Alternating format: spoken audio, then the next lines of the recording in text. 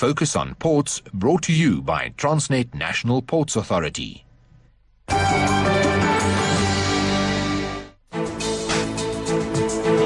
Beyond Markets, brought to you by First Bank. Truly the first.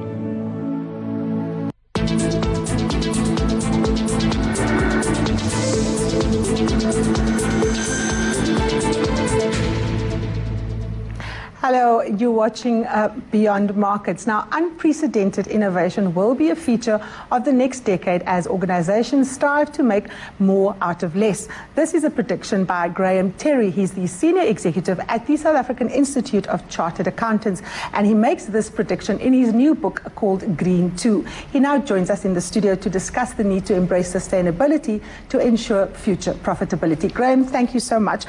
Before the break, I was just saying to you, it's a very lovely book. It looks green, it looks sustainable. This is, of course, a continuation of the work that you started in Green 1. Take us through what is different in Green 2. I know that you're looking at issues of, broad-based black economic empowerment, sustainability development, the importance of sustainability for SMMEs. What can anyone who's involved in business be expecting from Green 2? Well, I wrote Green 1 about 5 years ago, and as we know, the world has changed dramatically since then. We've seen economic issues, there's social issues, and of course environmental issues. And for any businessman, it's very important that they're aware of what's going on around them. And of course, all of these areas have changed dramatically over time. So what I wrote in Green 1 was certainly very relevant at the time, but I think it was important that we updated the Green 2 and to give better information around it. Also, I wrote Green 1 myself. What we decided to do with Green 2 was to invite experts from about 30 different organizations to come and pick up the important chapters and to give their views on these things. So it wasn't just coming from me as an accountant. So, of course, a more collaborative effort, I suppose. When one talks about sustainability, and you were talking about keeping up with changes and innovation, what would you define as sustainability beyond the obvious, beyond profitability, for example? Well, I think at the end of the day, for the country, for the world, for companies, it's about staying alive or staying in business over time. And that's really what it's all about. Taking into account all of those changes and preparing for those changes and making sure that you've got the resources to adapt to it. And it's obviously directed at business, and the primary focus is about making sure, helping businesses to stay in business over time. Now, of course, a lot of emphasis are always on big companies, but we know that SMMEs are critical, particularly in developing economies such as South Africa.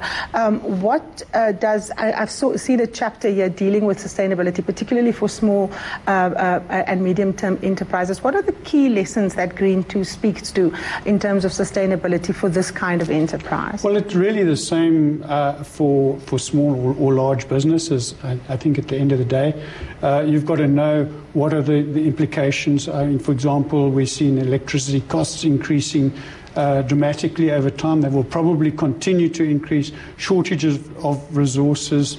Also, many of those small businesses feed into large businesses. So large businesses are being made more accountable for what they're doing, and it begins to cascade down into the smaller businesses. So they must be what is happening, otherwise they too could go out of business. Now, of course, one very big aspect that everyone needs to get their heads around is, of course, the question of broad-based black economic empowerment. Some companies do better than others.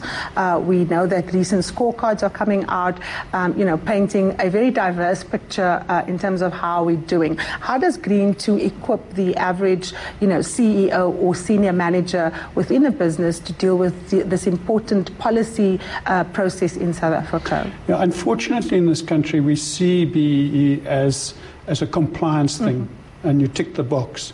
But fundamentally, it's about the future of the company. It's about its human capital and about its intellectual capital.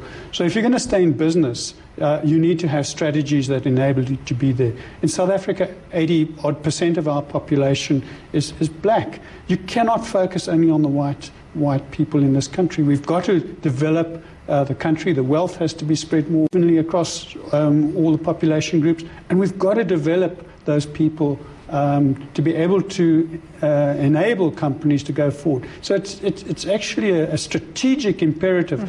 And unfortunately, it's often seen, as I say, as a compliance thing. But companies need to embrace it and see the benefits of doing it as they go forward. And of course, that will add to the long-term sustainability Correct. that you were speaking of. That was Graham Terry. He's a senior executive at the South African Institute of Chartered Accountants, discussing with us the need to embrace sustainability to ensure future profitability. Now, Batupele, meaning putting people first, is an initiative that was launched in 1997 to transform the South African public service at all levels. Batupele was launched because the democratic country, South Africa, inherited a public service that was tied to the old apartheid government and policies and lacked the skills and the attitude to meet the developmental challenges facing democratic South Africa.